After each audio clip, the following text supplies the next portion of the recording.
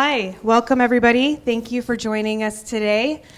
This event is brought to you by WASIMA and in partnership with Tacoma Community College for providing this space. It's basically the brainchild of Becky Rios here, who I'll be handing the mic off to here in a minute. Becky is the director of HIM at Swedish Hospital, is that correct? No, I'm actually the Release of Information Manager. Release of Information Manager, I stand corrected. And she's a representative on the WASIMA board.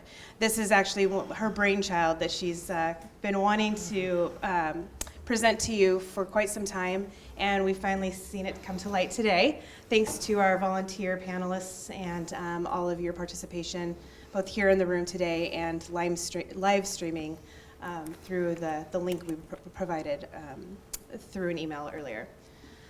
My name's Carrie Cordero. I am also a representative of WASIMA. Thank you, everybody, for being here. We're really hoping that we can get some good participation, great feedback, great dialogue with our panelists, and hopefully offer more of these opportunities in the future.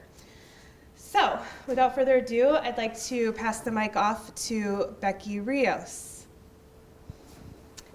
Thank you, and thank you for everybody who's participating today, both our really kind panelists here who've agreed to participate, and also to those of you who drove down here in this rain, and those of you who are participating online. I'm Becky Rios. I'm the membership chair for the Washington State Health Information Management Association, and the reason that we're here is we would really like to reach out and see if we can perform two functions. Number one is WASIMA, of course, we have an ulterior motive. We would really, really like to engage more students and young people, HIM professionals in our organization, because let's face it, you are the next generation. And secondly, what we hear over and over is that students would like to know more about what works as far as furthering my career, getting a job. How do I go about that? What do I avoid? What should I try? So that's why we're here. We just really want to give you some information and perspective on career paths, what's been the experience of these people on the panel, and we do have some, I'll use the word seasoned for those of us who are a little older, and also encourage you to get some professional development by being involved in WASIMA, and also talk about networking, which is just really, really important. And there'll be time at the end for your questions. So I'd like to introduce our participants. First, we have Olivia Newman, who is a Release of Information Specialist at Swedish Medical Center. Then we have Jason Rosecrans, who is the Supervisor of Record Processing at Virginia Mason Medical Center. Tim Ramsey is a Health Information Specialist at Virginia Mason.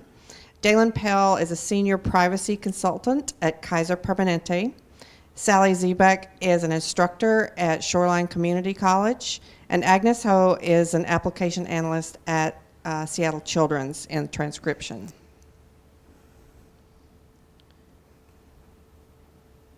Oh, and I would just like to reiterate, we've already kind of introduced ourselves, but our panel moderator, who will kind of keep us on track, is Ellen Cadwell, who is the Director and a Professor of Health Informatics and Information Management at Shoreline Community College. And as I mentioned, I'm the membership chair for WASIMA. I'm the Release of Information Manager at Swedish Medical Center. And then Carrie, who kind of teed us up here, Carrie Cordero, is an instructor here at Tacoma Community College and also at the University of Washington. The topics that we wanted to cover, and we're by no means limited to this, but each of you on the panel, we'd like to kind of keep it to around 7 minutes. Carrie, are you going to be the timekeeper?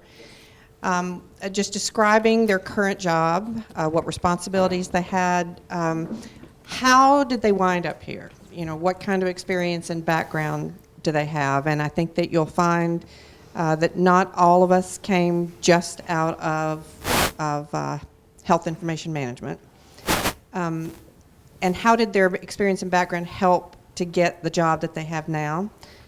How can you find career opportunities? How did they do that? How did their extracurricular activities help them? What about the resume and interview process? What kind of questions do you have about that? And what has been their experience with that? Some of you may be starting to wonder about the exam if you're planning to sit for the RHIA or RHIT.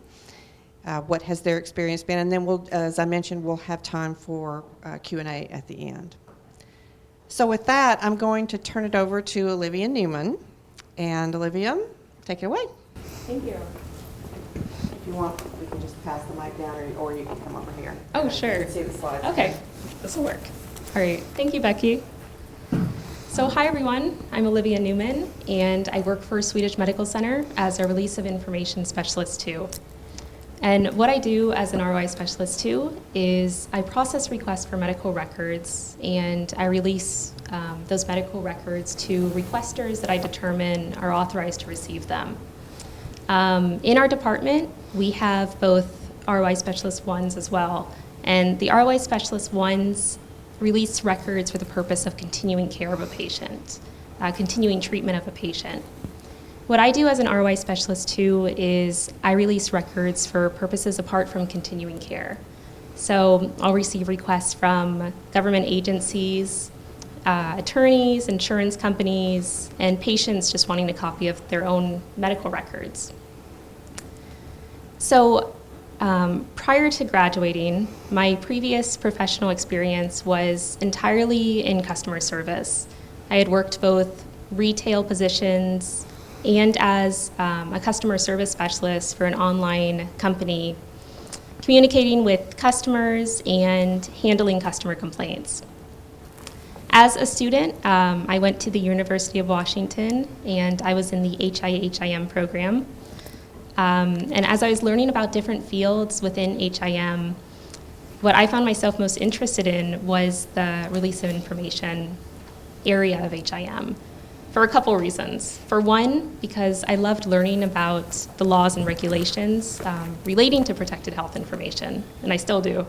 And secondly, I was hoping that within HIM, I would have an opportunity to directly communicate with patients, directly interact with patients, and within release of information, I would have that opportunity. So while I was a student, I was informed of an opportunity to volunteer at Swedish Medical Center in Becky's department, the release of information department. And I was really excited to not only be able to volunteer in the area of HIM that most interested me, but also to gain that out-of-class learning experience. That was really important to me too, and I was really excited to put what I had been learning in school into action. So I volunteered for my entire second year of my schooling for 10 hours a week, and I continued to volunteer for a couple more months after I graduated. And then I was hired by the department. So in all, I've been with the Release of Information Department at Swedish Medical Center for about 2.5 years now. So because my journey from HIM student to professional really, I feel, was the result of my volunteer experience, the main piece of advice that I would love to share with you is to seek out volunteer opportunities, to look for out-of-class learning experiences, whether it be through healthcare organizations or through local HIM associations like WASIMA or other local associations. Volunteering your time and your skills really shows that you're eager to be involved, you're eager to be a professional in the field. And what I also found was really amazing about volunteering was that my when I was looking for positions after graduating and applying to positions, my experience within volunteering within the ROI department was actually being counted as work experience. So even though this was my first job that I was seeking outside of school, and I hadn't actually been employed in an HIM department before, I was still being considered as having 1 year of work experience just from my volunteer experience. So that made me feel pretty confident that I would get my first position after graduating. So because while I feel that my volunteer experience was mainly the result of what helped me achieve my current position, I still have to give credit to my school's Career Center. And if you haven't visited your Career Center, I highly suggest you guys do. They have many opportunities, and they offer a lot of services to help students prepare as professionals. What ours offered, they offered a mock interview scenario, so you could actually be posed questions and receive feedback on how you answered them. They also offered resume assistance, and they hosted job fairs too. So what I utilized the most out of my Career Center was the resume assistance. And before I had visited them, and the reason I had visited them was because I felt that my resume wasn't as strong as it could have been. I just was at a standstill at how to improve it. So when the advice that I received was that you have to be comfortable with tailoring your resume to every position that you apply to. You can't just use a general resume. It's important to really either add skills or eliminate skills depending on what the position is actually asking of you. Because sometimes employers don't have too long to be able to review your resume, so you really should just highlight what's important. And lastly, on the topic of resumes, if you're eligible to take your RHIT or RHIA, you definitely should. It's definitely worth getting those credentials, and it shows that you're competent and knowledgeable in the field of HIM and the regulations and HIM processes. And I also suggest don't wait until too long after graduation to start studying and preparing yourself, because the longer you wait, the more you're going to have to reteach yourself in the long run. So it's really worth the time investment, and it's really worth earning your credentials. So thank you. Okay, don't give up on that yet. Thank you, Olivia. Oh, okay. And- So do I. I'd just like to say one thing in favor of getting involved in other things, whether it's volunteer or whatever. Olivia here, even at this young point in her career, was just elected secretary of the Washington State Health Information Management Association. So great. That'll look fabulous on her resume in the future, and she will meet tons of people that could help her. Oh, and I'd like to open up if anyone has questions for Olivia.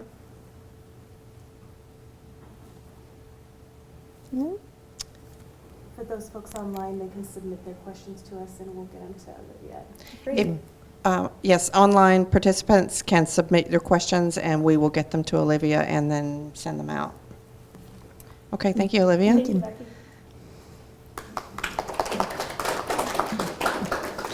Next up is Jason Rosecrans.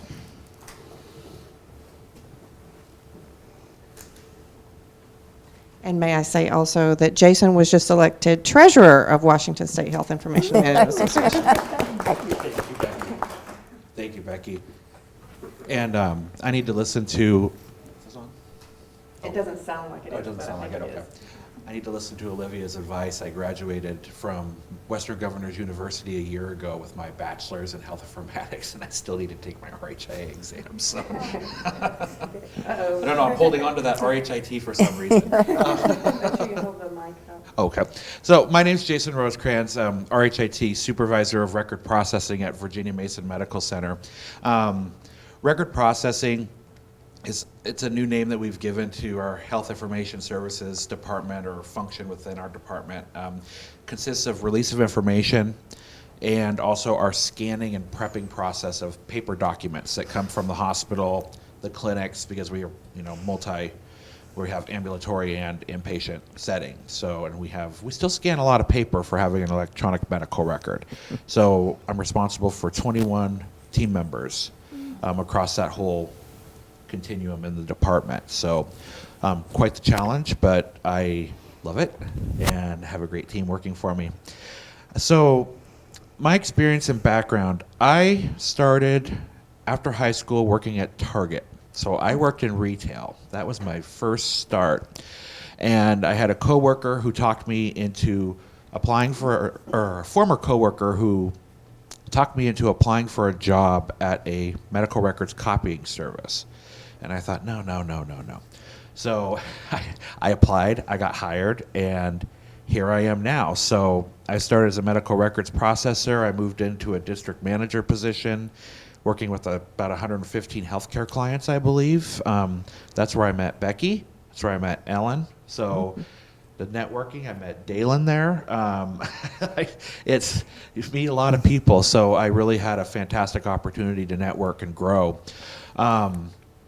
So then I decided that I needed to go to school if I wanted to advance further and make a change in my career. So I finally got into, or made myself go to Shoreline Community College, Health Informatics and Information Management program.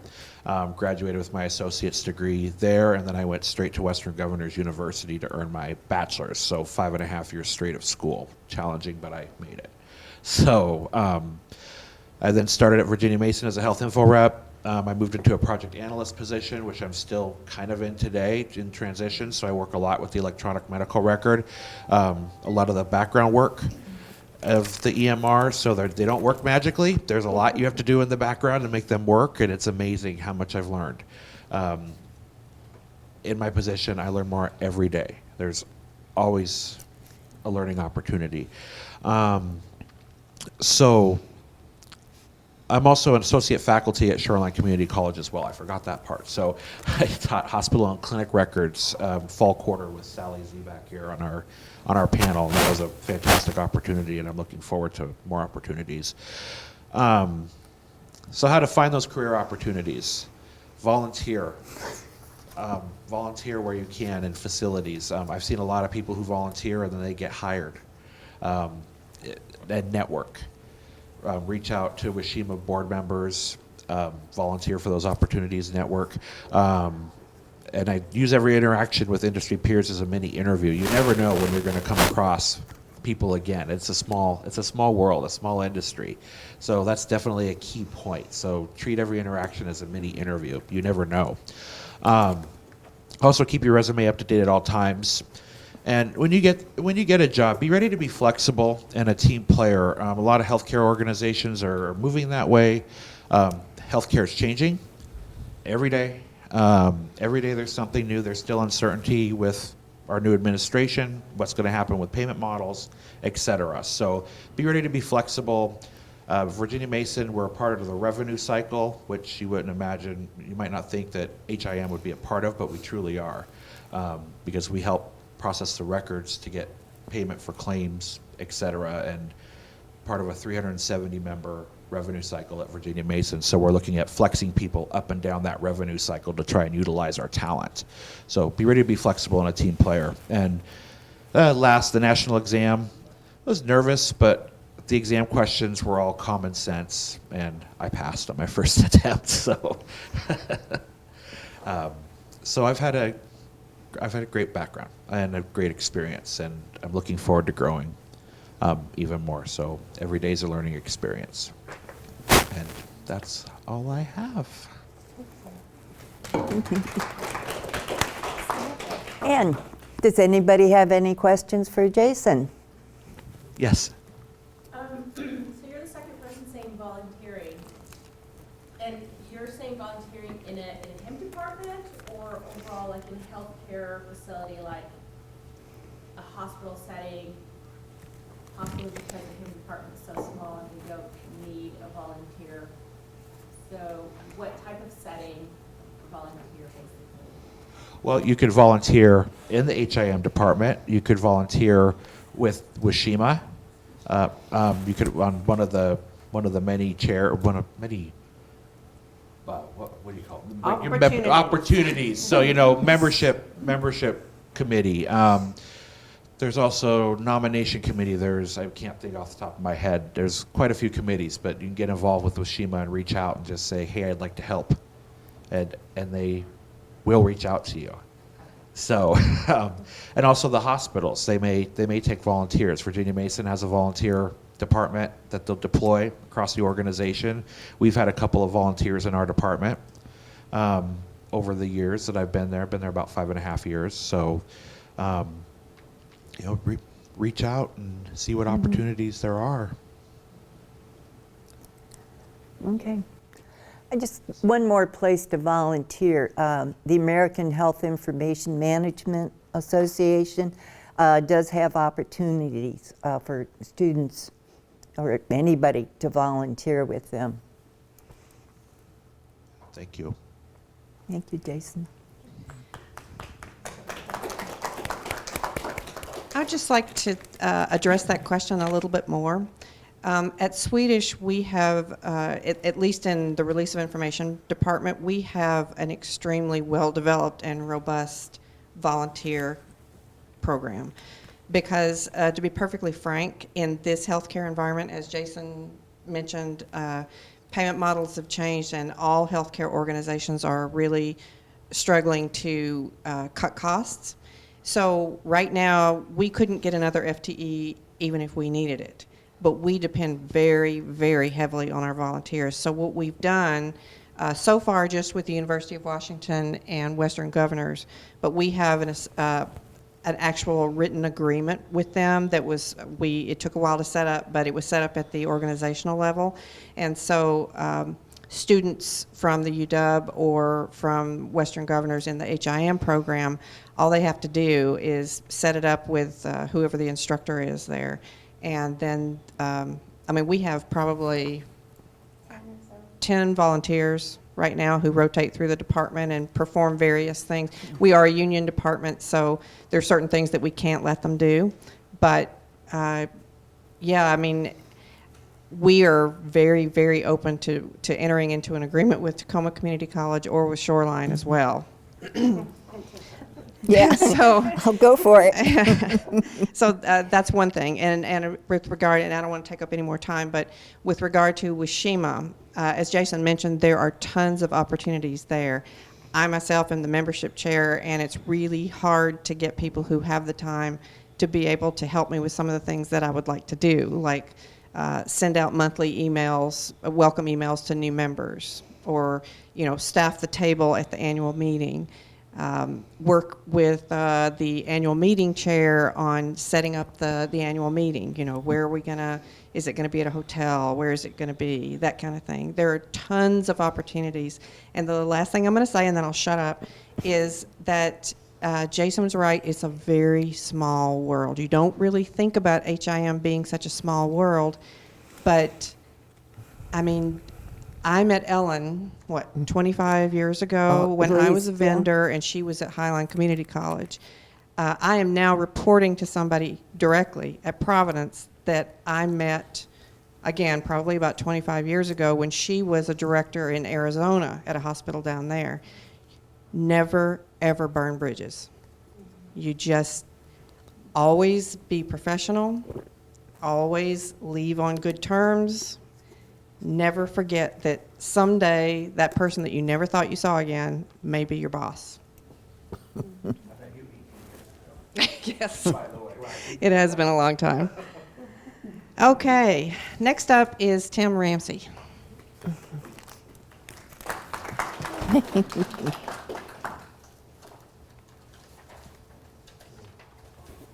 Thanks, Becky. Hi, I'm Tim Ramsey. And it's funny standing up here because a year ago I was sitting right where you guys are, because I'm a graduate of TCC HIM program and graduated June of last year. Sat for my RHIT almost immediately, signed up early for it. Big plus to just get it out of the way. It's 3.5 hours of hell, but it's worth it. You just got to jump in and get it done because it's so important to get that credential. But my road to HIM was kind of long and winding, as they say, but I did a lot of years of customer service. I was a small business owner in Hawaii for a long time. The economy tanked. I basically lost everything. I moved back here, started over, went back to school. I initially was interested in getting into digital sonography, and prerequisites were really crazy, very heavy, and I just kind of had to change career direction. And my counselor was talking about the HIM program, so she was selling the benefits of it, and I saw some opportunity, job growth, a lot of things happening with the healthcare field, and so I decided to launch in that direction. And it's just been a great experience.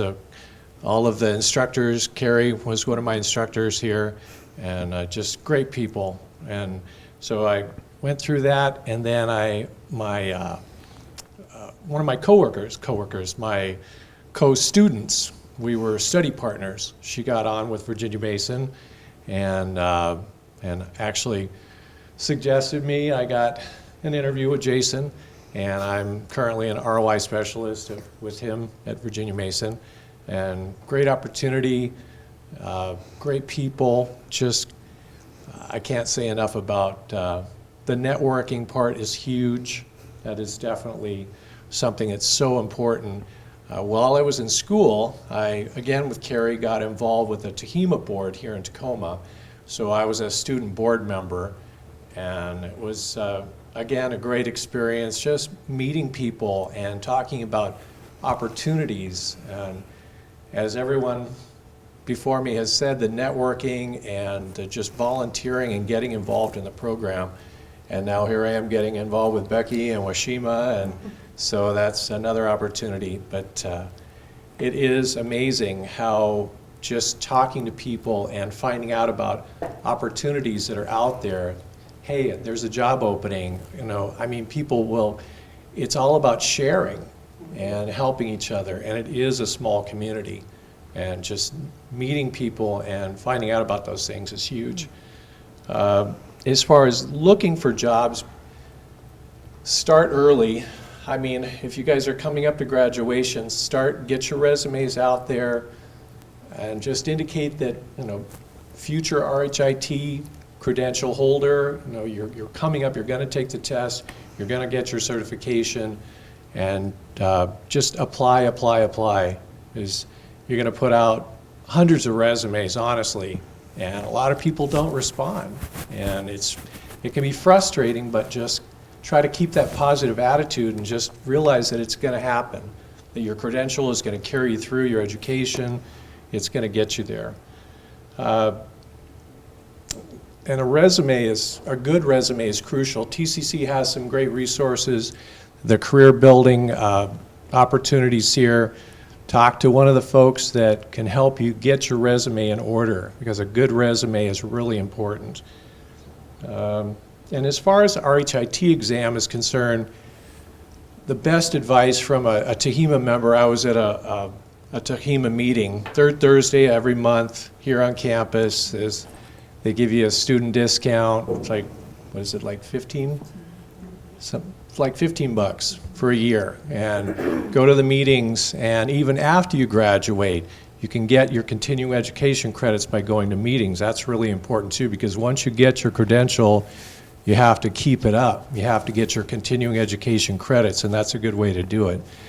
But the advice that this person gave me is, when you sit for the exam, when I sat down and I'm going through all of this, I'm like, you get your study book and you think, okay, I'm going to be prepared, and then you sit down and you take the test, and the questions are just like, I didn't know answers to most of this stuff. It was so frustrating. But the best advice is just to use common sense.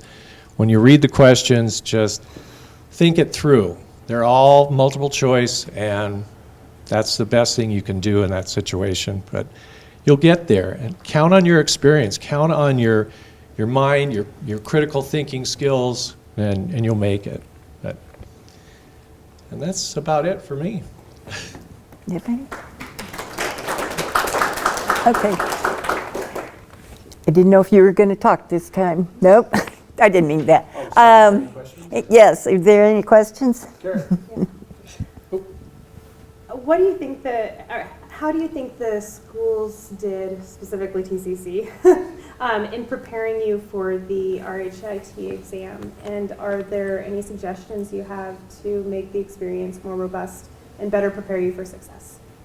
You might want to repeat the question Since she's not mic'd up. Right. Carrie's question is about the curriculum here at TCC, better preparing you for the RHIT exam and just for the journey ahead in general. Yeah, I think that Corinne and yourself, Jonathan, everybody, Shar, did a great job, I think, in preparing us for it. Tough question. Just be honest.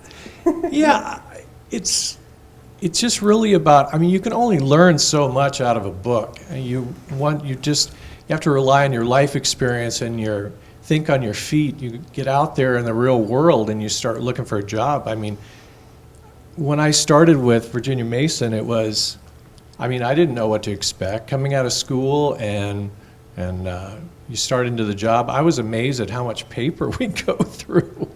I mean, you think electronic health record, and I thought, geez, I was just like, I was amazed, and just the process. But it's as far as preparing you better, I think you guys did a great job.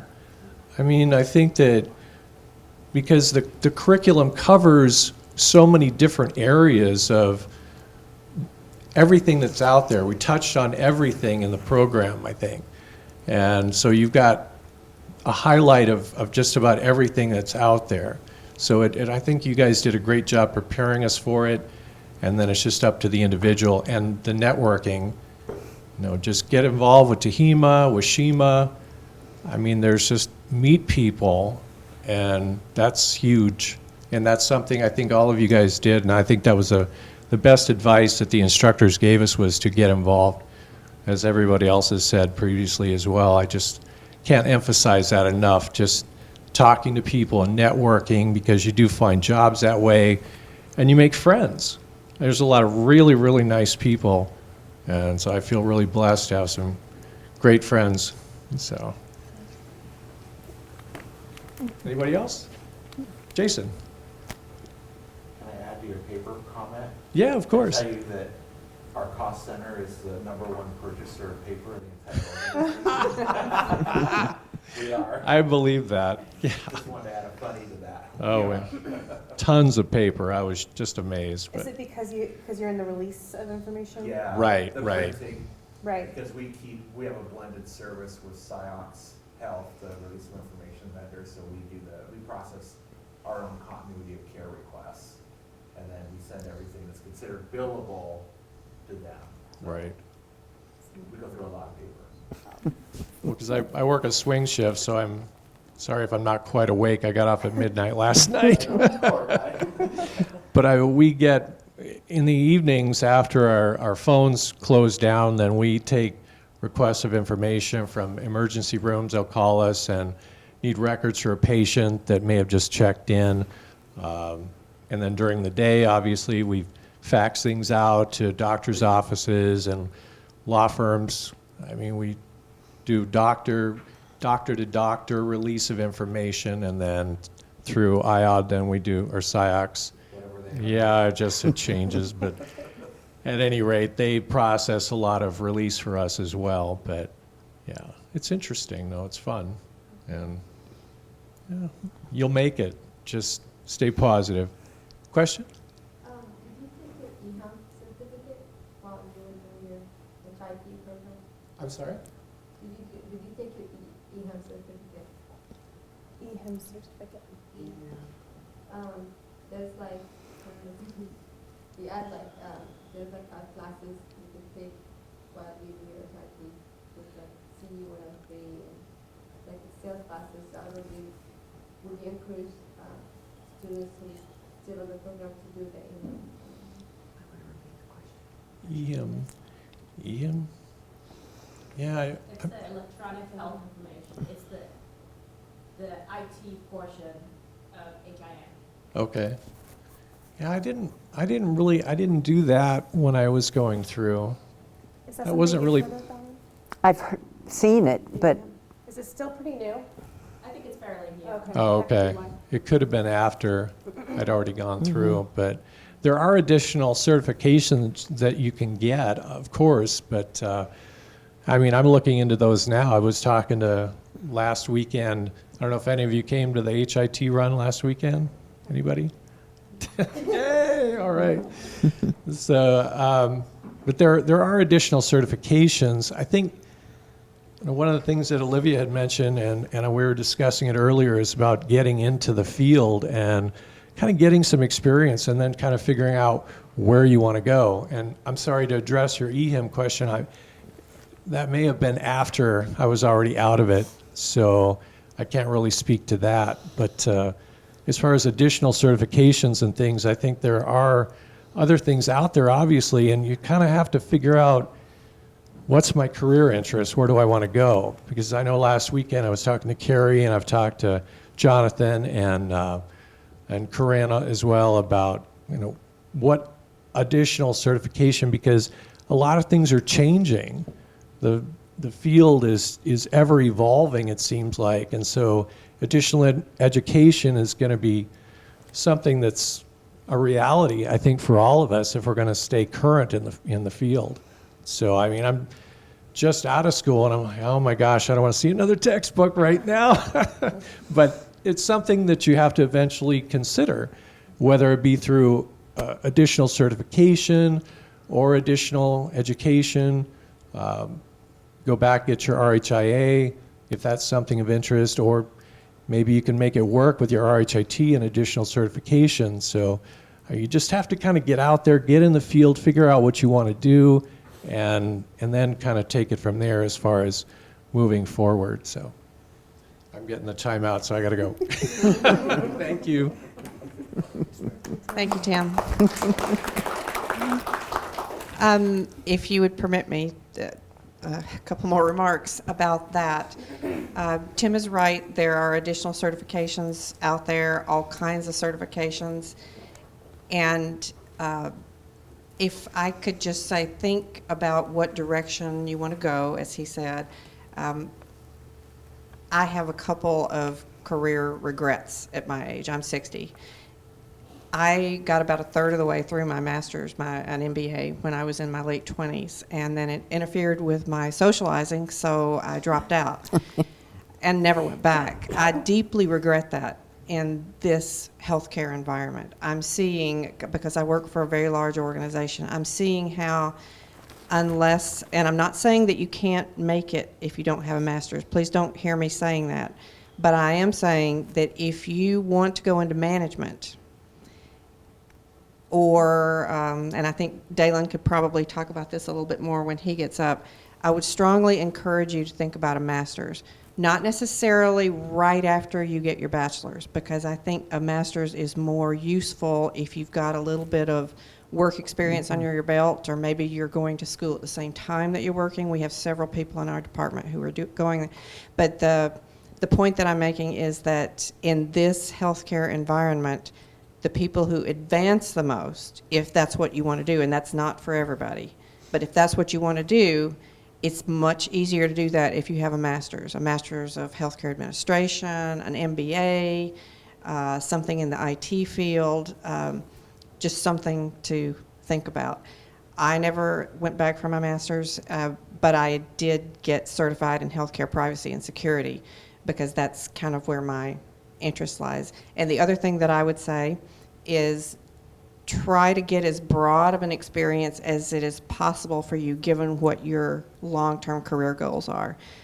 I regret pigeonholing myself for so long in release of information, because it's probably not likely that I would be able to get, in this competitive environment, a director's job because I don't have any coding experience.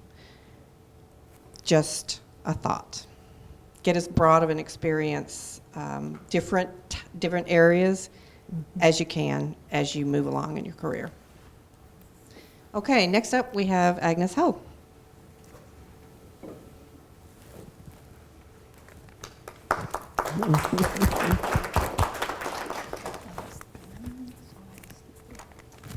So, hi everyone, my name is Agnes.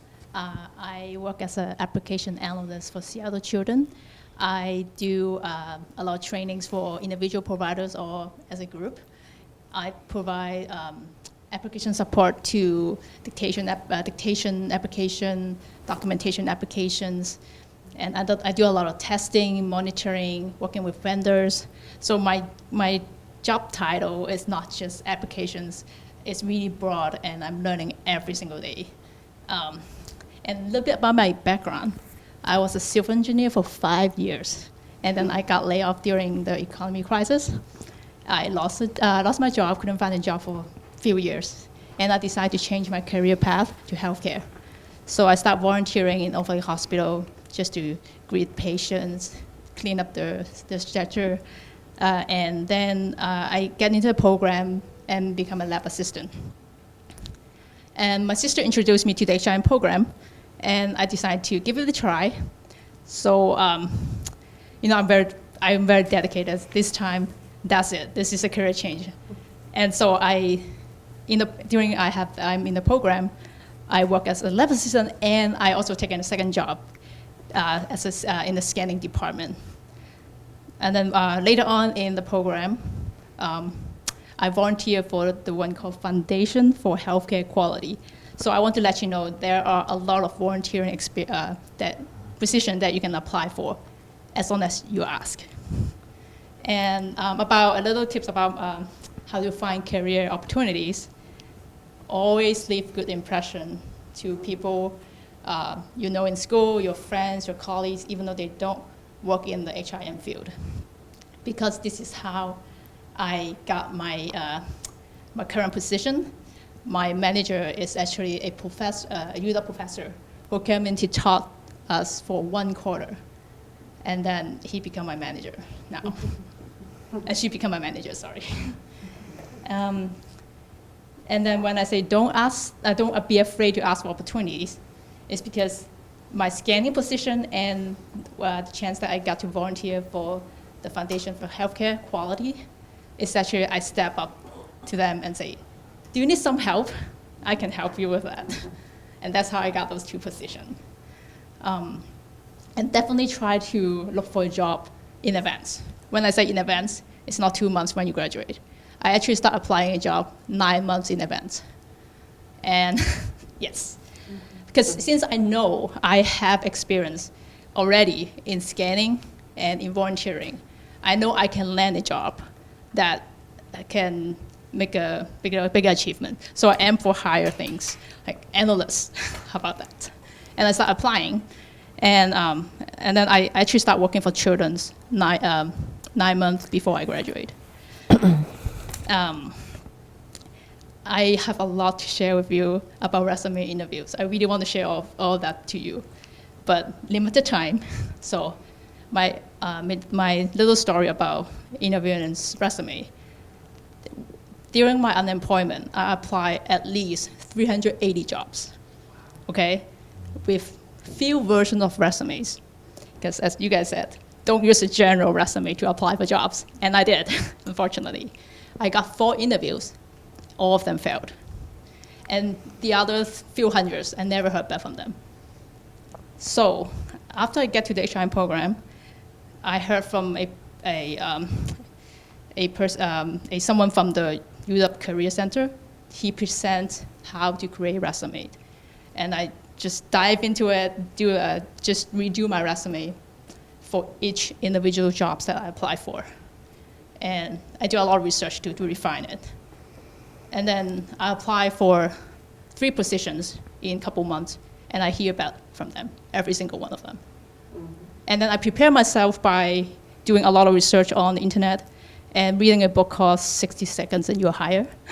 So you can give it a try. And I did a lot of practice. And resume is not created a day or week before you want a job. Definitely not. I have many, many, many versions of resume. So created few months in advance, even before you start looking for a job. You can always tweak it a little bit when you apply for this position or that position. And then key, very important points on your resume. I have so many failures, right? I'm going to give you a specific example to explain what is transferable skills and use number and values. It makes a significant change in your resume. because when I get on the resume, when I look at the resume, or the HR looking at it, they only have 30 seconds, possibly, to look at your resume. If they don't like it, they just throw it away. How do you get their attention? I'm going to give you, like, for example, if I'm applying, if a position is for a front desk person, then your work experience, you said, I pick up phone calls. What's so special about it? Every candidate would say that, right? So, like, use my situation, my position as example. I provide application support to providers. Nothing stand out, just that, right? But if I change the sentence with a transferable skill and values, this is what it's going to be. I provide application support to 30 transcriptionists and hospital-wide providers. So you can feel the difference that it makes you stand up, and like, you pretty much become a better candidate. And then, for this position, like what I'm doing, like as an application analyst, somehow I get to interview candidates, and I see a common mistake, and I did that mistake before too, is to tell the employer what my dream job is. So let's say we are applying for a scanning position, and the candidate may just keep telling me how much you want to be a data analyst. So this is not something that you want to do. You need to tell the employer what you can contribute to the position. And then a little bit about my volunteering experience. I volunteered for WASIMA before. And actually, it's about networking and volunteering. And guess what? The secretary of WASIMA is my coworker sitting next to me. And then the previous president of WASIMA is my director now. So this road is small. Don't burn any bridge. And Okay, are there any questions? I have a question. You'd mentioned, it sounds like we have the same kind of philosophy in creating a new resume for every single position. So I have a file full of all of these resumes named for director of this, manager of that, instructor of this. So how do you recommend managing that long list and then going back and making sure that you're using the best one when you're editing for the next job that closely aligns and that sort of thing? How do you manage that? I have a one folder called career document, and then inside I have many subfolder. Each individual folder is named per hospital, and then within that folder I have a subfolder for each position that I apply for, including the job number. Because if you apply 5 jobs, just 5, let's say, the HR will call you, and you say, so I would like to have an interview with you for this position. And you will feel, what position is that? It's so embarrassing. But if you have that number, have that information, then you know what she's talking about, and you can prepare better. So, and then I also have like a general folder for each type of position. Like, for example, this one I'm applying for scanning. So I have a general scanning position resume. And then this one is applying for analyst, data analyst. That's the data analyst position. And this one I don't know what, just general. Maybe I can tweak, I can refine it to something else. I have one like that. And again, every year, well, I have a 2015 folder, 2016 folder, and 2017 folder. That's how you organize it and keep it updated. Thank you. Yes. Any other questions?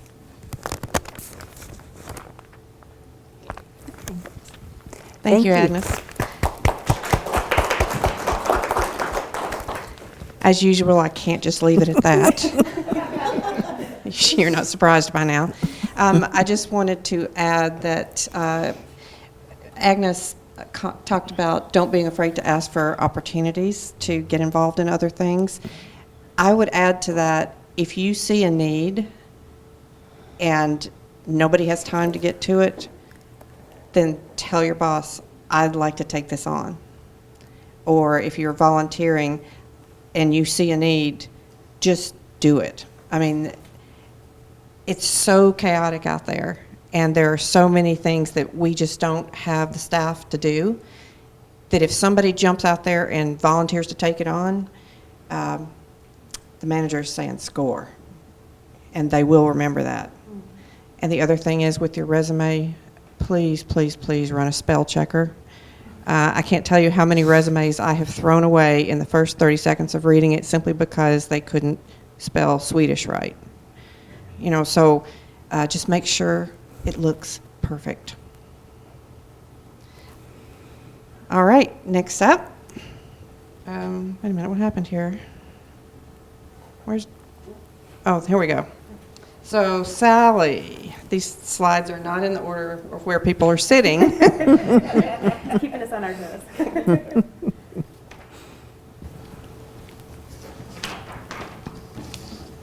Hi everyone, I'm Sally Zyback, and I'm an instructor at Shoreline Community College in the HIM Health Information Informatics Management Program. I also am a graduate from their program, so I'm pretty proud of that obviously they saw something in me when I was a student. So kind of a little bit of my background. Of course, this wasn't my first industry I chose to work in. Things happened in my life, and I originally worked for Microsoft, gained a lot of IT experience and program experience and whatnot. And from something personal that happened to me with a medical industry, a medical injury within my family, and all the bills started coming in, and I started, having to be at the hospitals a lot and clinics. I thought, wow, what a crazy industry this is. I bet you there's a lot of good opportunities. So it made me rethink my career. So that's what brought me to the HIM field. So currently, I am associate faculty. I teach 2 quarters a year through the calendar year. Hospital, clinic, medical records, and the capstone. So I basically see the students when they first start the program, and I get to see them their last class at graduation. So as an instructor, that's quite exciting for me because I can see the growth from when they first started to when they're graduating, and be very proud of what our faculty has taught them and the program. As far as experience and background, everything you do will contribute to any field. You just have to learn how to transfer your skills. So to find your career opportunities or engage in your education or be a part of your education, I would suggest to volunteer, as most of the panel representatives have said.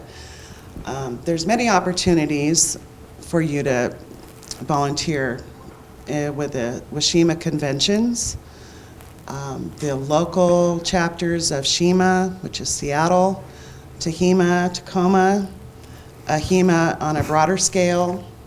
Take advantage of those opportunities. You never know, as they have said, everybody on the panel, that you never know who you're going to run into or who might be your boss later.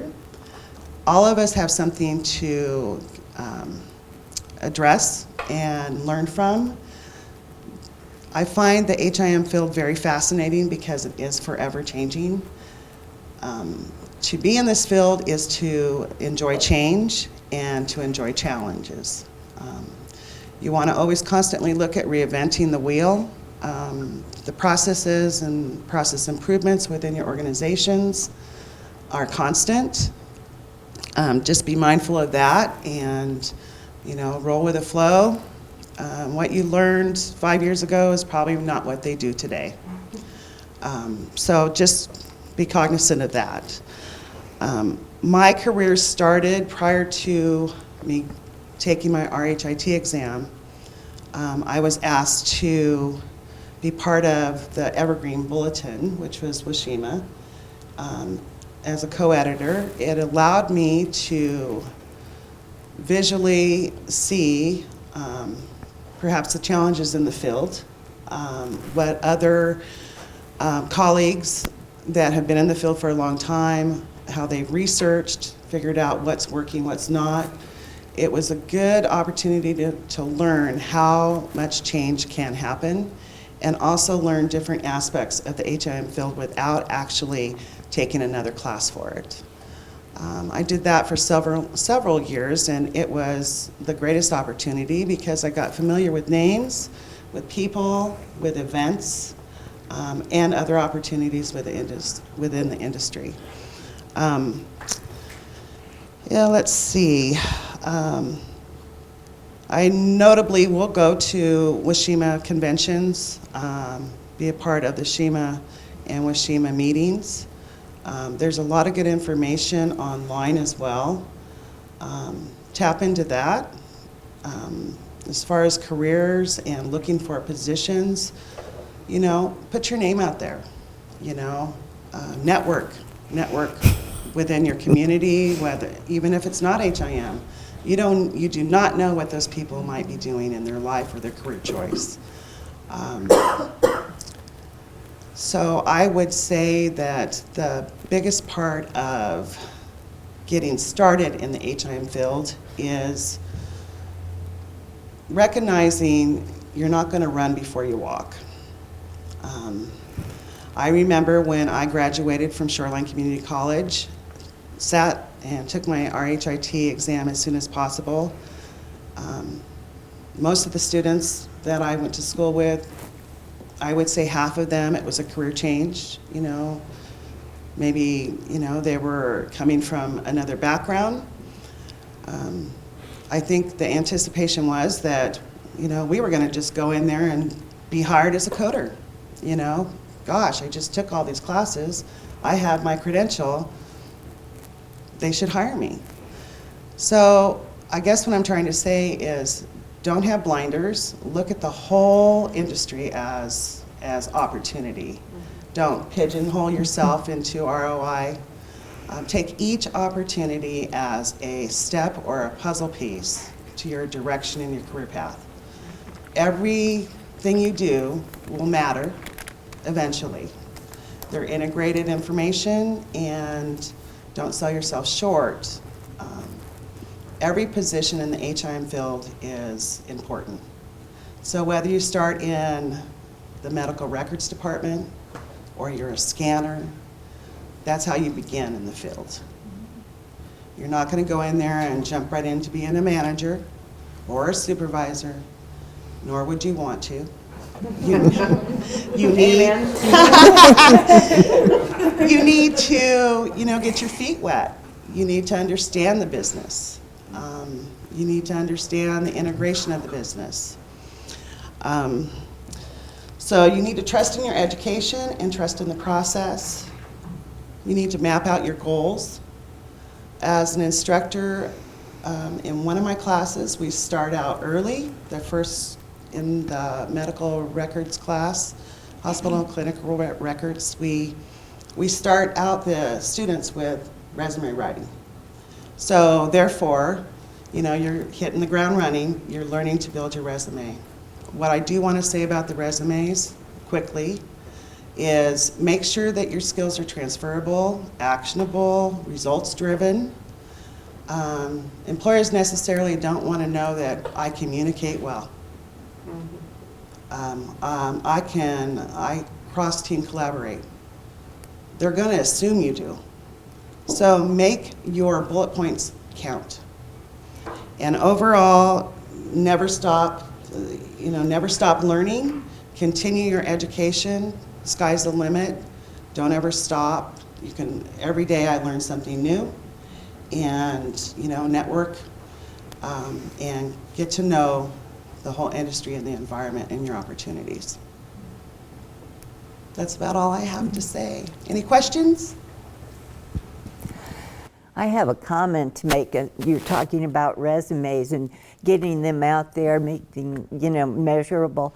But I just got a resume from a student. She said, would you review this? I'm not getting any interviews. And I said, sure, send it over. 5 pages long. And other than that, I just told her, I said, get it down to 1 page, you know, because it was her second job in our field. And I wouldn't look at it. I just cut it down. She did, and I read it, and it was fine. But I keep going, 5 pages. Thank you. Something very important. I want all of you to think of the facilities or the opportunities as a whole. Think outside of the box. You know, most of the graduating students in my class were thinking, well, I'm going to go work at the hospital, that main hospital in wherever county or city you live in. You know, there's so much more opportunity out there than just a hospital. A lot of hospitals, you know, require more experience or can. So don't be discouraged. You know, look at skilled nursing facilities, SNFs. Look at prisons. Look at behavioral health, mental health opportunities. Look in the legal departments. Insurance companies, billing companies. If you're an IT person, look for Epic or Cerner application companies. Something like that. So think outside of the box. So there's just tons of different areas to look into. Very good. I would definitely second that. Question? Yes, it's kind of like a 2-question thing. But what, I heard a lot of volunteering. How soon can you volunteer? And also, what is the difference between volunteering and internship? Go ahead. When can you volunteer? Right now. Give her your name. I was going to get to that later in the presentation, but right now, whether you're talking about WASIMA, Tehima, whether you're talking about at an organization like Swedish or Virginia Mason, all of our volunteers are HIM students at Swedish. So there are a lot of things that we can't let you do, but there are a lot of things that we need help with. And WASIMA is exactly the same way. Did you want to add anything to that, Sally?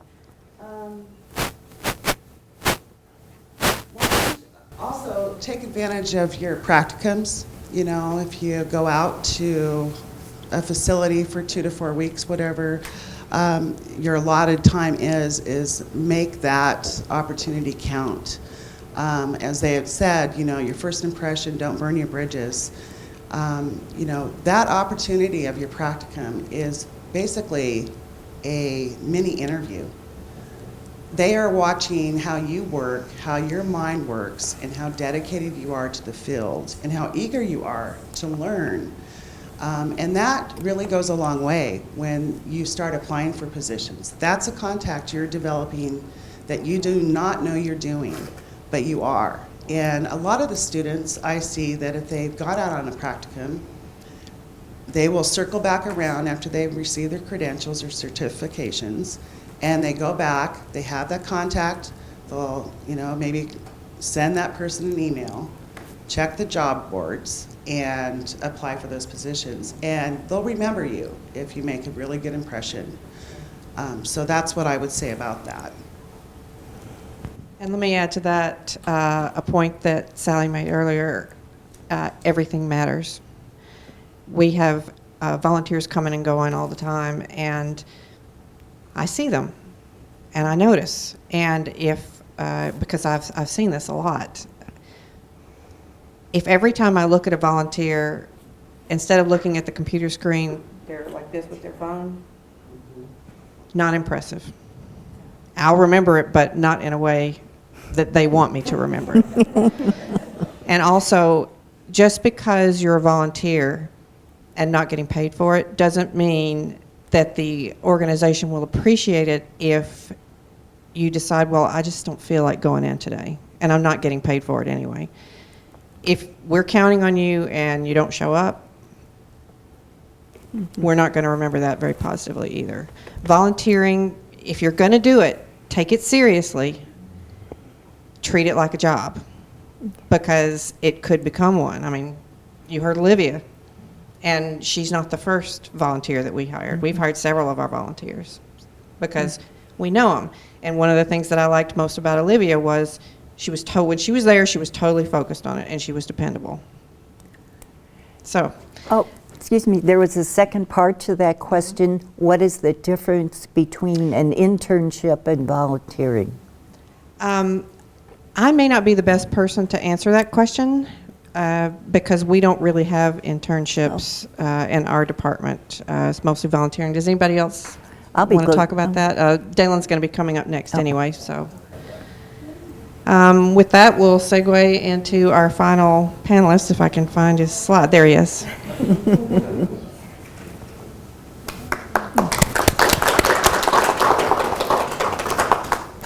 Hello? Hello? Hello? Can you guys hear me? Yes. Is that all right? Do I sound good? Okay, great. Well, I guess all the panelists before me gave really good advice, so I'm taking a different approach. I'm just going to give bad advice for the next 7 minutes. So if you guys need any good advice, just don't listen.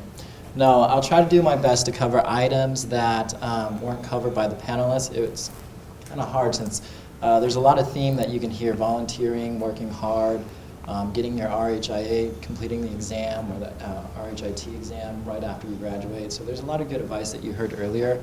I'll try to touch bases on some of those things, but take a different approach on some of the items that may have not been touched, or elaborate a little bit more about those things. So as far as me, educational background, I have, well, when I went to the UW, at that time it was the Health Information Administration program. Since then they've changed it to HIM. So I graduated with an HIA degree. My last year in the program, I was actually working in the scanning department at Group Health. So in the scanning department, Group Health was a hybrid organization at the time, so we managed paper and electronic records. So I was one of the scanners there. I scanned, prepped, and indexed those documents. After I graduated, I had a good opportunity to either go into, I'm going to call it a fellowship program with VA, but it was more of a professional internship. Okay, more of a professional internship at the VA, or actually work for Group Health in the Release of Information Department. I thought it was actually a really good idea to go into Group Health just because it wasn't a state agency or federal agency, and so I thought it would give me the best experience. As well as Group Health is an HMO, so it's an integrated healthcare system, so I thought it would give me something that a hospital or a clinic wouldn't be able to provide me, it being also a health plan as well. So I took the opportunity and went to Group Health and worked for them. During my time in the HIM department, I would say that I was fortunate. I've got good leadership there, and they gave me an opportunity to grow professionally. As a release of information specialist, I got promoted to a supervisor and a manager and managed that whole department there. At that point, I realized that there's something beyond just working and having that experience that I couldn't quite tap into. And so I realized getting a higher education was about time for me. So I actually went back to the University of Washington and got my master's. So I have a master's in health administration as well. That was kind of a difficult decision for me because managing a department and going back to school at the same time would have been really hard. And so I wanted to invest in my energy and my experience into school. So I actually left my job as a manager and took a different job as a privacy analyst. It was actually a good transition for me just because it covered patient information, the HIPAA laws, those type of things. And so kind of what Becky mentioned about like not putting yourself in a corner professionally, I thought transitioning into compliance was a really good move for me naturally just because I had a background around those type of things, around patient rights and those type of stuff. So I took a job as an analyst in our privacy office while I was going to working on my master's. From then I, again, just got lucky with the leadership and the team that I worked with, was able to advance that way. So I got promoted to be a consultant, and now I'm a senior consultant. Since then, you might have heard the news, Kaiser acquired Group Health earlier this month, and so I'm a Kaiser Permanente employee now. I'm still as happy as ever. Okay. As far as how to find careers, I mean, you can read the items on here, but I think the panels have mentioned it in the past. Volunteering is really important. It's not important because you're just doing work and you're spending free time and expending that into something that, whatever it is. Volunteering, in my perspective, is important in two ways. One is that if you don't have HIM experience, no one's going to hire you right away. They're not going to trust you to kind of know what you're doing or anything like that. Additionally, too, as well, is when you're applying for a job, there's a job pool. So that means there's multiple applicants applying for the same job. And so if you don't have any experience in that related field, it's really going to be hard for a hiring manager to select you, okay? So it's not about who you are as a person, as an individual. It's really about who you are pinned up against 100 other people, right? So how competitive are you in that perspective? And so if you don't have the experience, that's why we say go out and volunteer as much as you can. Becky has kind of shared this kind of great setup for Swedish as far as like growing in their volunteers into a full employment. When I was looking for a job, we didn't have that. Most organizations wouldn't even let you volunteer just because there's a lot of sensitive information that you're dealing with, and so you don't get that type of opportunity. So volunteering in an HIM department, that was really a rare thing. So to hear this is actually a really neat thing. So like I said, volunteering is really just for experience if you don't have any, or just to get your feet wet and understand what HIM is about.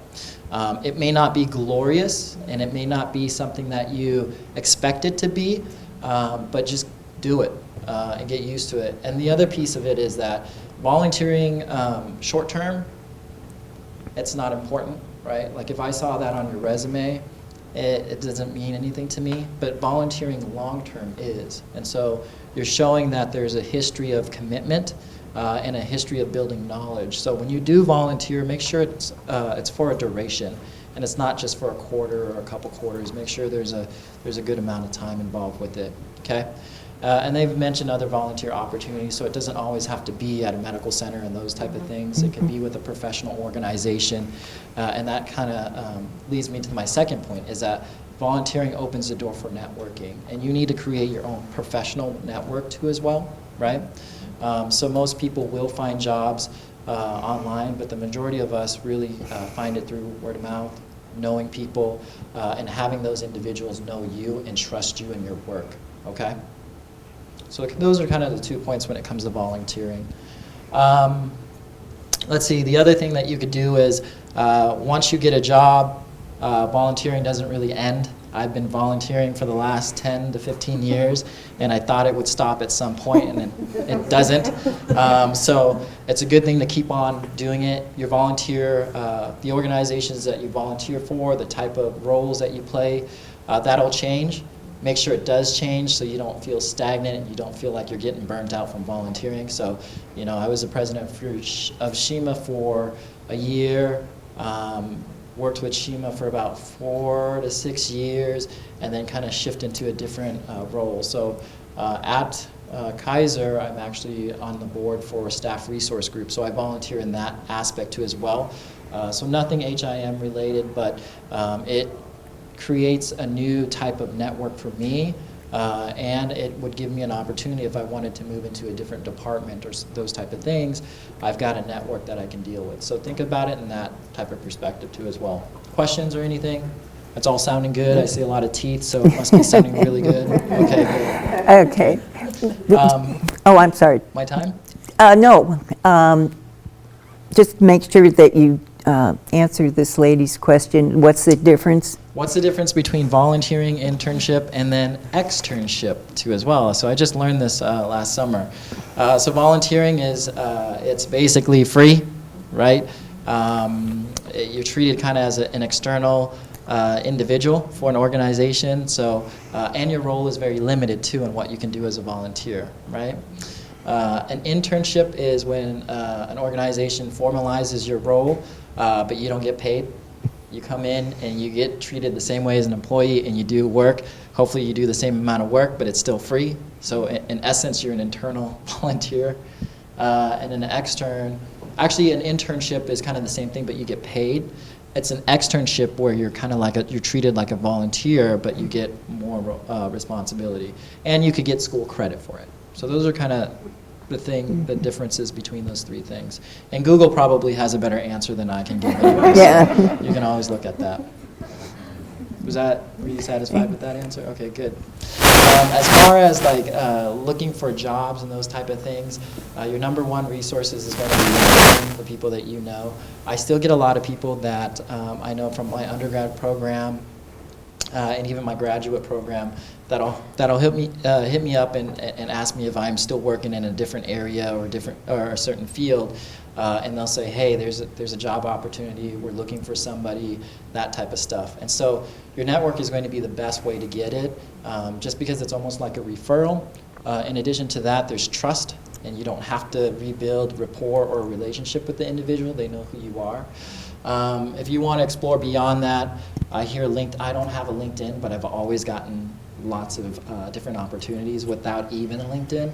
But most people tell me whoever has LinkedIn, there's a lot of recruiters that are always actively in that, so that's a good thing. You can have an account, create that, make sure you have a really nice picture because they're very judgmental. WorkSource is a good website, I think, just because it's within Washington. You can look at different fields. Besides that, if you join a professional association, there's also job distribution lists. They'll send you stuff. You can find out in those different ways. If it's a national organization, then there's opportunities in different states too as well. WASIMA has a job board on their website. And then I say plan, prepare, and perform. So always have a plan on what you're doing as far as when you're looking for a job. So are you looking to find something permanent in the next 6 months? Are you looking for something a year down the road? If there's no permanent opportunities, how long part-time is reasonable within your current situation? And when can you shift to a full-time? Those type of things, okay?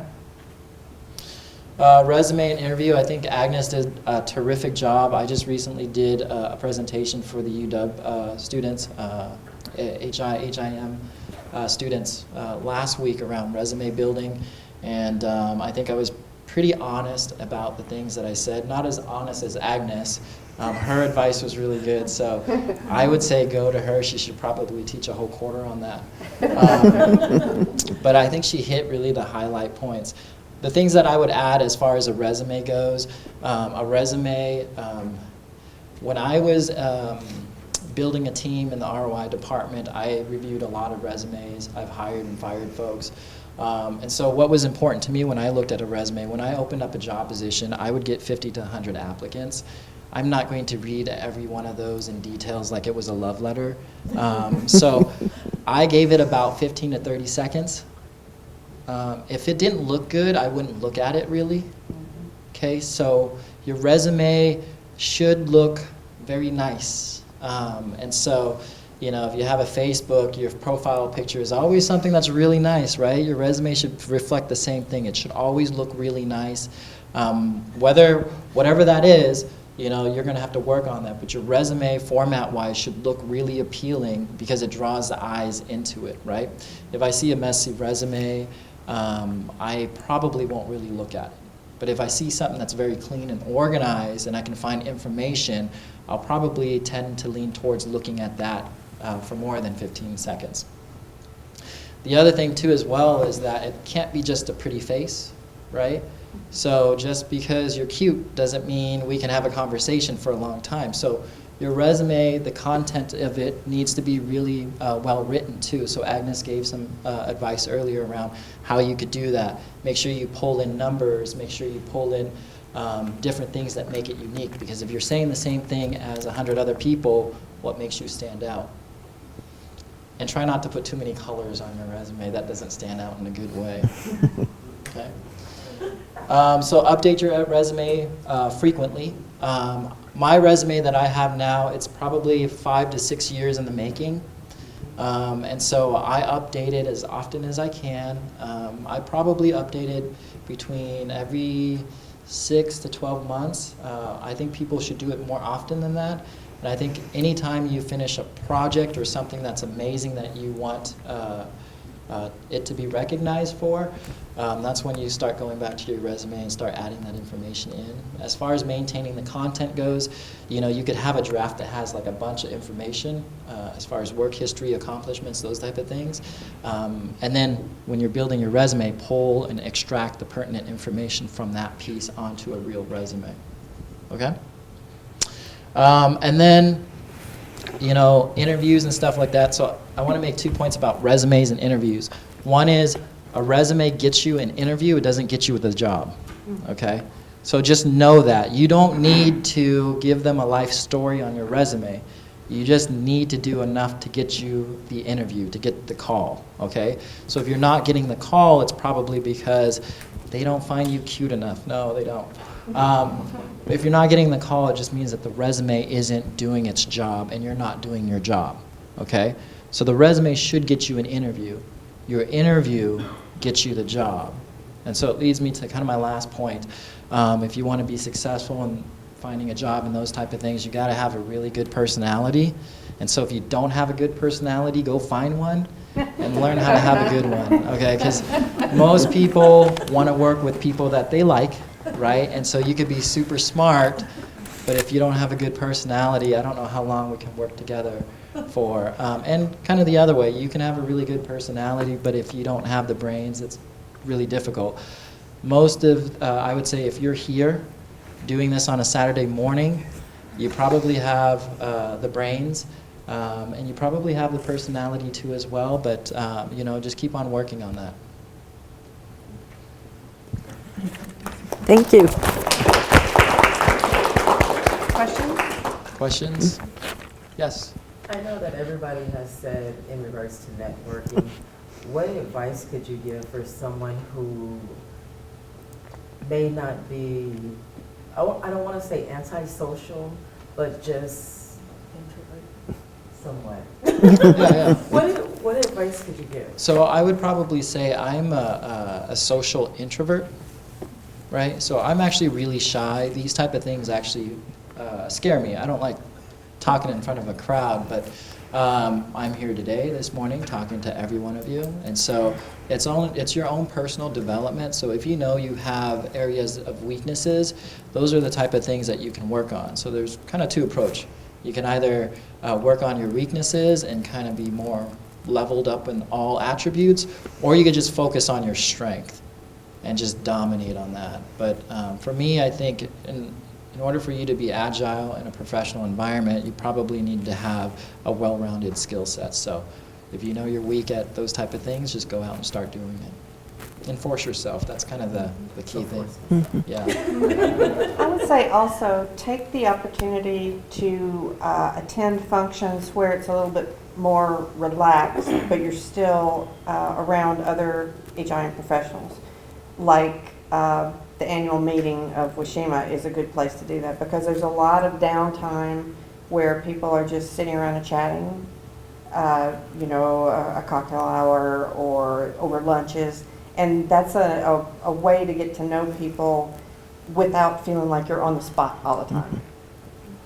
And if you're super shy, make sure it's like high risk, high reward kind of situation. So like, just throw yourself out there. It doesn't really matter. You better make it. It's better to make the mistake early on in your professional career than after. Yeah. So do it now. Get used to it.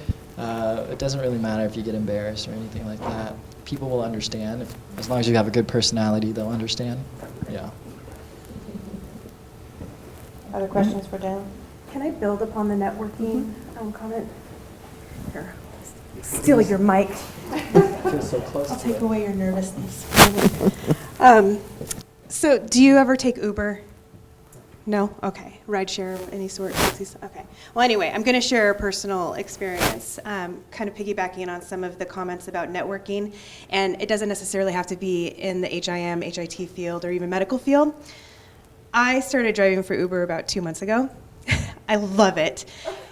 You meet so many people you would never, ever, ever meet, right? I have been offered jobs, I've gotten business cards, I've been invited to parties. It's been really, really cool. I've met a lot of people and heard some great stories. Yes. So I'm just going to give 2 quick examples of how it's really helped with my career in particular, especially now that I'm in academia. I had a woman get in my car and I dropped her off at Multicare. She started talking about what she did, and I was like, oh my gosh, I did something very similar. I worked with, and she's like, oh my God, nobody knows what I do. She was a practice improvement coach or practice excellence coach. And I was like, I did something very similar, and we worked in tandem with our excellence coaches. And she's like, oh my gosh, this is great. Let's get together and develop some leadership courses and see how we can help each other out. So we exchanged information, and now we're on LinkedIn together. Most recently, I had 2 gentlemen get in my car, and I was taking them to the airport. And I was like, obviously, you guys are here for business. What do you do? We're cancer doctors. I was like, oh, you're oncologists. They're like, yeah. Come to find out, they're 2 of the world's leading oncologists. And now I have their information. We exchanged information, and they're planning on coming and being guest presenters, guest lecturers at the University of Washington for us. Awesome. So you never know where you're going to meet people. Don't just isolate yourself to the HIT, HIM world. Remember, in all of your interactions, somebody has something to offer, and you have something to offer them too. So spark up those conversations, even if it's in, sitting in a car. Take Uber one day, try it out. Ask questions of your driver, your bus driver, your friends' friends. So just start with simple Q&A and go from there. Okay, I'm done. My soapbox. Thank you. Any other questions? Any little more information about not helping? Well, I have a very hard time socializing before, and I'm introvert. I don't know how to start a conversation. And all I know is to ask is, what do you do? Just like that. Hi, what do you do? So what I do, how do I practice that and open up myself is to, and you don't want to ruin your impression to any HIM professionals, right? So do it in somewhere else. What I did is you go to those places with vendors, workshops that's not HIM related, or food festival, all kind of those kind of festival that vendors, retails, talk to them. And then, that's how you practice. Okay. Yes, it works really well. Thank you. And I would say, too, that most people love to talk about themselves.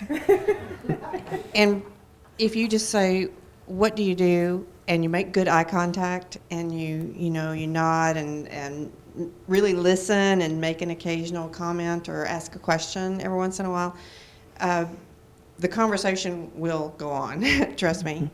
And I wanted to also add, Dalen made a couple of comments. One was about, emphasizing your accomplishments on your resume and being specific about it. I would, wherever you can, tie that, whether it has to do with previous employment or whether it was something you did volunteering or whatever, be specific. For example,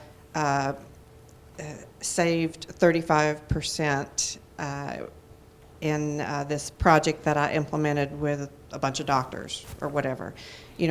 Tie it to numbers, make them think, oh, this is a really effective person, and somebody with an eye on the bottom line. The other thing I was going to say, Dalen, with regard to the resume and the interview, practice interviewing. Make sure that, read some books. There are tons of good books that just have, 50 best or most common difficult interview questions. And you'd be surprised the kind of questions that people will ask. And what surprises me more sometimes is that people clearly didn't prepare, they didn't practice, and they come into an interview and give the most amazing answers to the simplest questions. I asked a woman once, so what do you think an acceptable attendance record is? What's acceptable to you as far as how many times you could call in sick during a year? And she sat there for the longest time and finally said, 3 weeks? Mm-hmm. What? Bye-bye. So, get a good book and get somebody to listen with you when you're practicing, somebody else maybe who's looking for a job, or even better, somebody who is a seasoned professional and will give you some pointers, somebody who's been there. Any more questions for Dalen? Becky, can I add one thing? Yes. You're never going to get to sit down. Expounding on Dalen talking about the networking and everything, I recently was talking to my manager. We were having a meeting, and one thing that he had brought up is, when you stand up in front of people, it's hard. It's nerve-wracking. It's not something that any of us are born with or used to. It's a practice skill. And I think that it's something I want to get better at. And so she was talking about Toastmasters. And Virginia Mason has a Toastmasters group. And that's a great way to expand your skills. It's a confidence builder. Being comfortable speaking in front of a group is a very important skill, especially if you're going to progress in the field. But Toastmasters is a great opportunity just as something to get involved with. So. It's back to me. So I'm just going to be talking for 30 more minutes. No. Is there any questions or anything? Everybody feel satisfied? All right. Thank you. Thank you, Dalen. All right. We are down to the... okay. I'm going to keep this brief because we do want to save some time at the end for any other questions that may come for you. As I mentioned, I'm the WASIMA membership chair. And sometimes... one of the things that I did earlier this year was I went out to Evergreen Medical Center, and Sheila Greenshook, who's the director there, was kind enough to get some of her credentialed people together so that I could just ask them some questions about, well, why are you or aren't you a member of WASIMA? And I got some very, very interesting answers to that question. And one of them was, what do I get out of it for my money?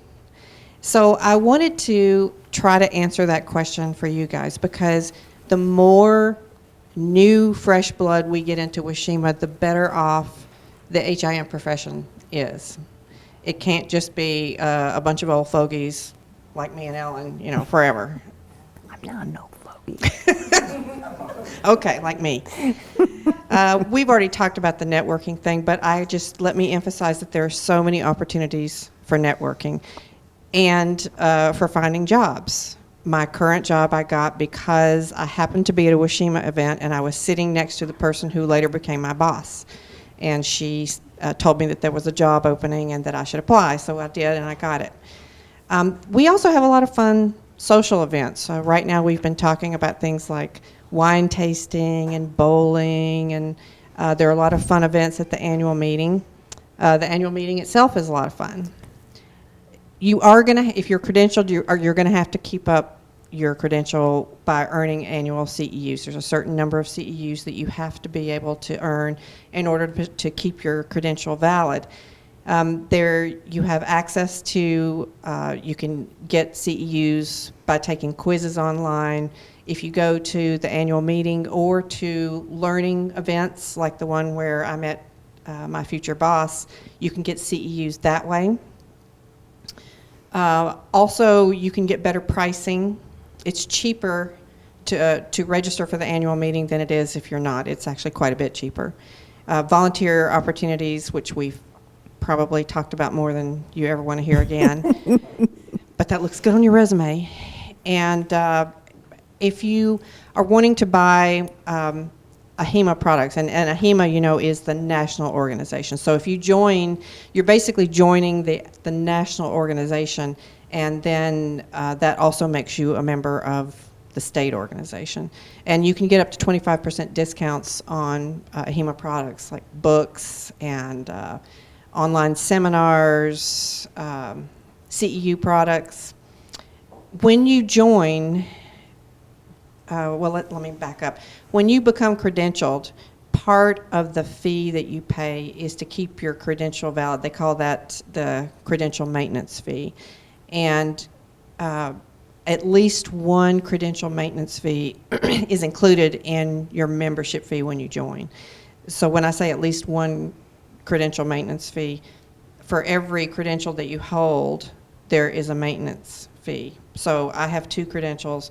That means I would have to pay 2 maintenance fees, but one of those is covered by my annual membership fee, if that makes sense. There's also on the AHIMA website, it's called the Body of Knowledge, and if you've got a tough HIM question, almost anything, you just go, you log in, you search, and all kinds of stuff will come up. It's really very useful.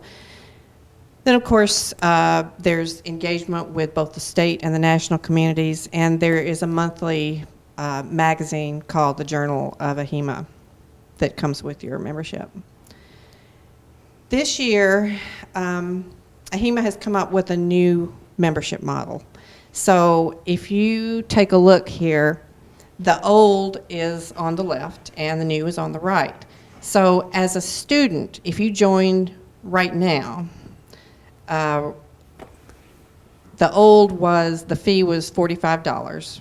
It's now $49. Don't ask me why, and don't let that turn you off. It's only $4. If you join as a new graduate, you can do that for 2 years. It used to be $100. Now it's $79.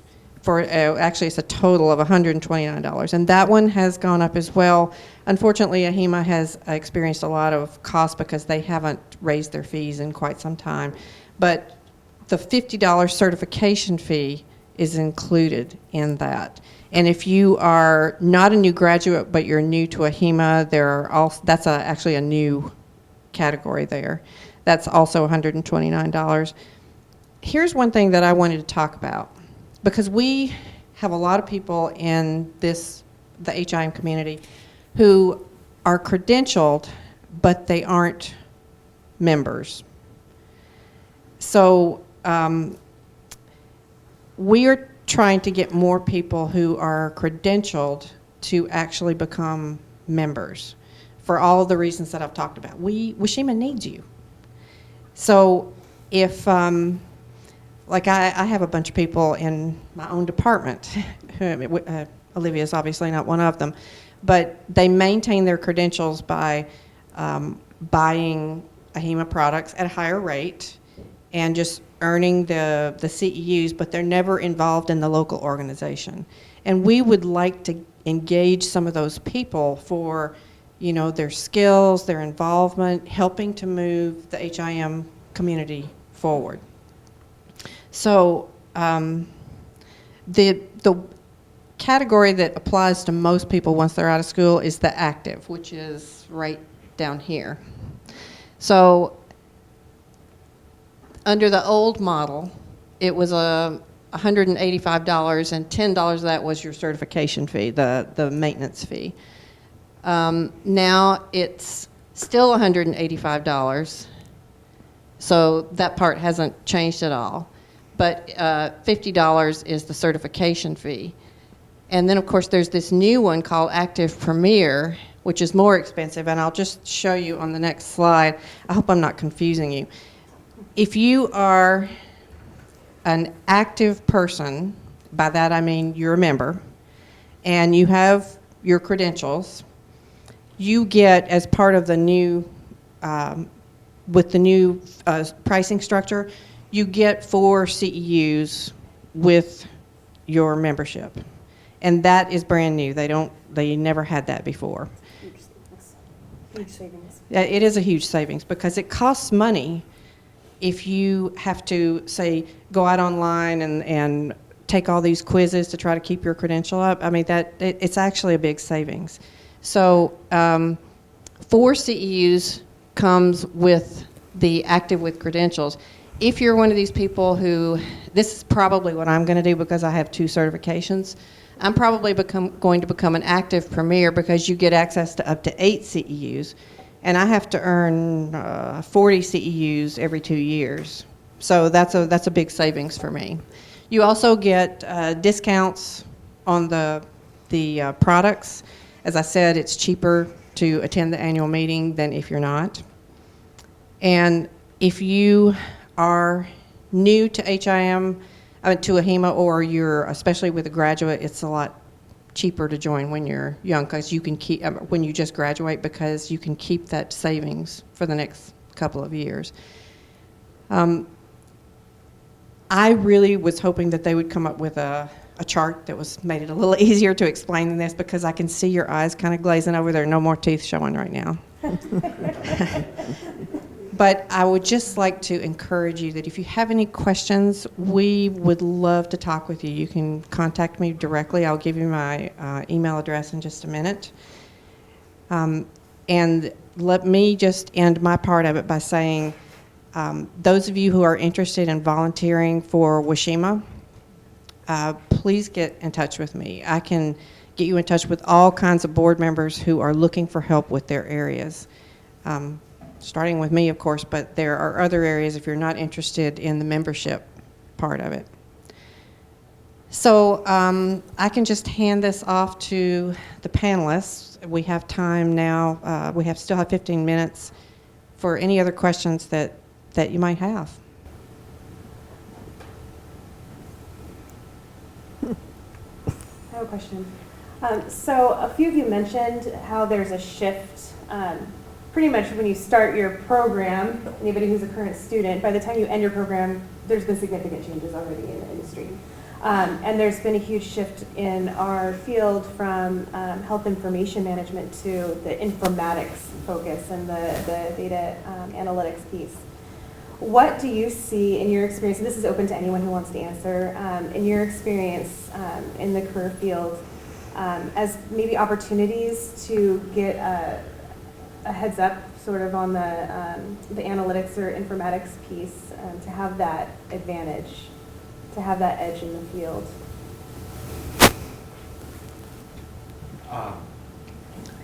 Say sharpen your IT skills.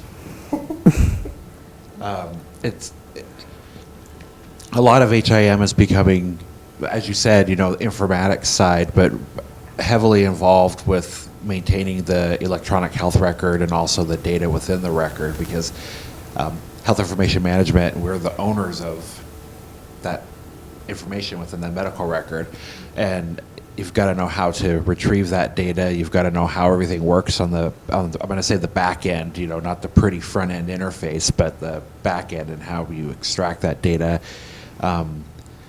maintain it, know where to look for it, develop good relationships with your information systems department, and if you work within a big organization, and your informatics folks, your clinical informatics folks.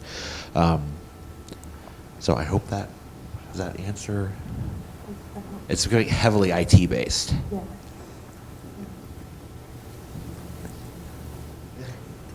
So to be more specific on just example of what's out there right now, the hot IT topics, is if you can sharpen or get an idea, at least an introduction or something, Tableau, SQL, Excel, just get familiar with those formulas, Access, HL7, which is a little advanced, but if you just get a general idea, not the definition of it, but know a little bit about how to read it, understand it a little bit, that would be awesome. I know you won't get training like in school about Epic and Cerner, but if you want to know a little bit more about those, and you know someone, do a informative interview. Just do an interview, ask someone to give you some information about what is this, what is that, what is out there. And when you get out and get a job, be prepared, because you have those IT skills. You can step forward and make the workflow better by applying these IT skills. So this actually prepared, you will be amazed how many people are still using paper, but there's a gap between paper and electronic. How can you transition? The transition point is kind of a gray zone, so you can help on that. So definitely sharpen your IT skill. Can you help me with that? Yeah, I can help with that. Right. So example. So my department, we do deficiency tracking. My coworker used to use 6 hours a day doing it with paper, and I cut it down by Excel spreadsheet to 2 hours. So, One thing I would say in my experience at working in different companies would be whether or not you have the IT skills, have a plan to get them. For example, if you're in a particular area and you see a process that's broken, something's not flowing, many of these applications are interoperable. They don't speak to each other. So that's where the disconnect comes from. So that's why there's still paper. And that's why there's still, 100 people as opposed to 15 of them doing it correctly the first time. So what I would suggest is, starting to, if you're not taking IT classes, seek out Excel classes, whether it's your community college, your community centers, wherever they may be, as if you're concerned about the cost. You have to invest the time so you can make the right investment in your career. And so keep that in mind. The other thing is when you're working with the paper, and you notice there's a disconnect in the process, and it's taking you 8 hours to do the position because you're going through all this paper or you're checking against list to list to list or whatever it might be, seek to have a meeting or, involve your supervisor, direct supervisor, or your lead. Come up with innovative ideas to maybe bring to the IT departments in your facilities of what you notice and come with some possible solutions and possibly something that could be, implemented very easily. They may not have thought of that. So always use your brain, always try to present solutions to the problems in any facility you work for. You're doing the job, so you know what's going on, and you're seeing the disconnect. So it's really important for you to be a part of this solution and come up with these ideas. Process improvements in this field, and I'm sure in any field, is the evolution of any job changing. So if you don't like change, you're in the wrong profession. That's all I've got to say. So you have to embrace the change and be a part of the change.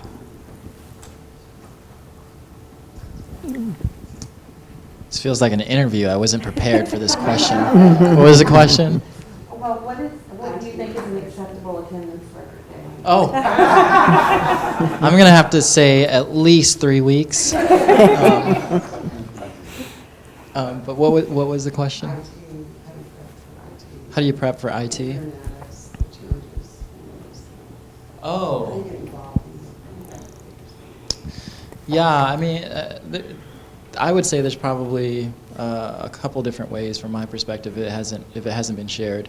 If you're working in an organization, there's departments that are specifically focused and designed with that. So what you can do is to go above beyond. You can do like informational interviews with those individuals who are actually working on it, and then you can kind of get the front line experience of what the challenges are, what they're struggling with, and what their department is working. So that's a good way to kind of touch bases with that. If you want to learn more about the technical piece of it, really, classroom settings is probably the best thing. Keep in touch with your faculty members, ask them, elicit some information around what coursework that you can sit on and study. And for the most part, I think like stuff like WASIMA, there's always workshops, webinars that are available. So those type of things, some of them may be free, some of them may cost, maybe have a cost associated with them, but those type of organization and affiliations will have like opportunities for you kind of to learn more at a very high level. I don't think most of those webinars are very technical or anything like that, but at least it gives you a sense. Yeah. Yep. Good. Any other questions?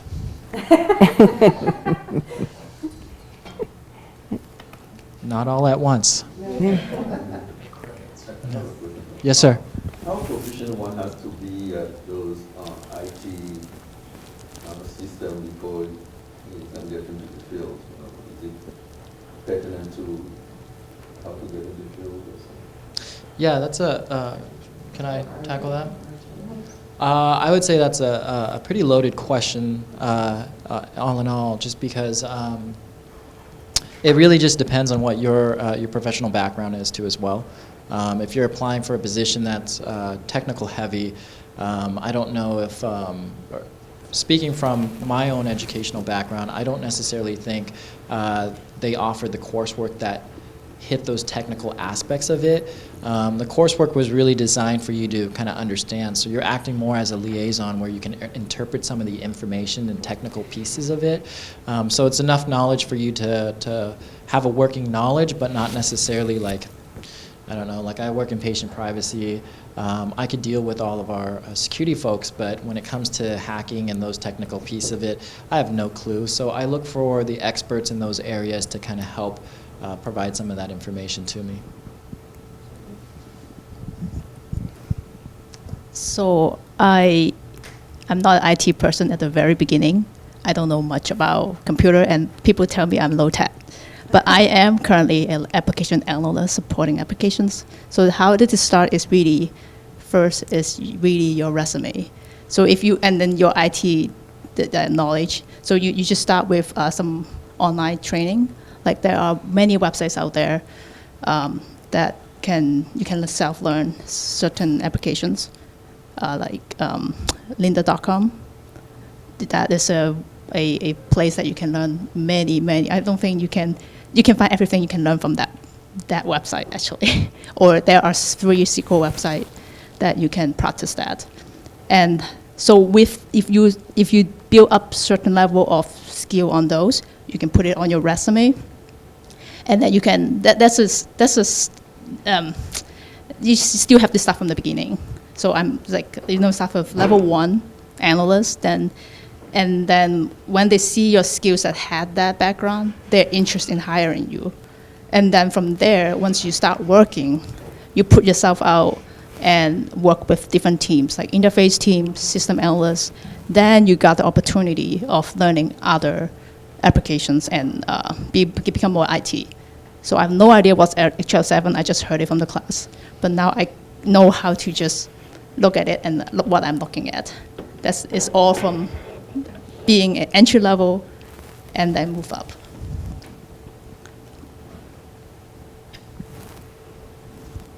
Sure. I'll add something. So I think my job doesn't require too much of an IT focus. I do work with the program EPIC, the EHR.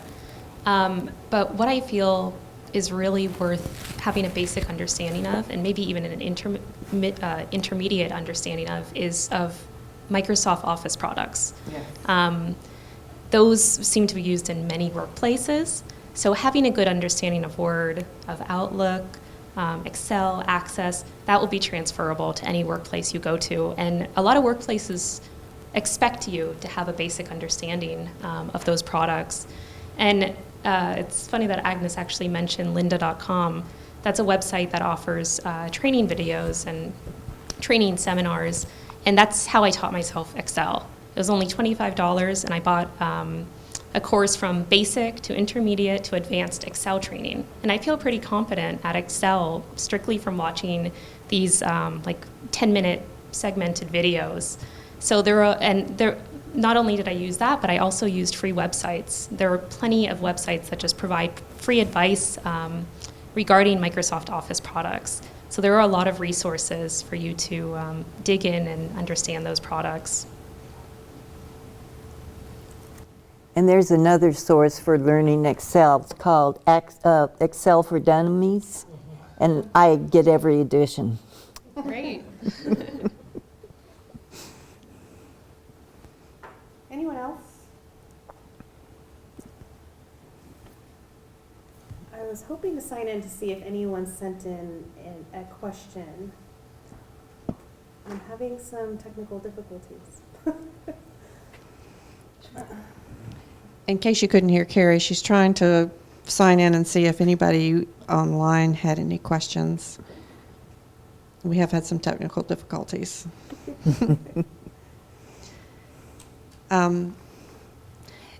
If we do find that there have been questions sent in to us and we have been unable to see them, then we will get the answers and send them out later.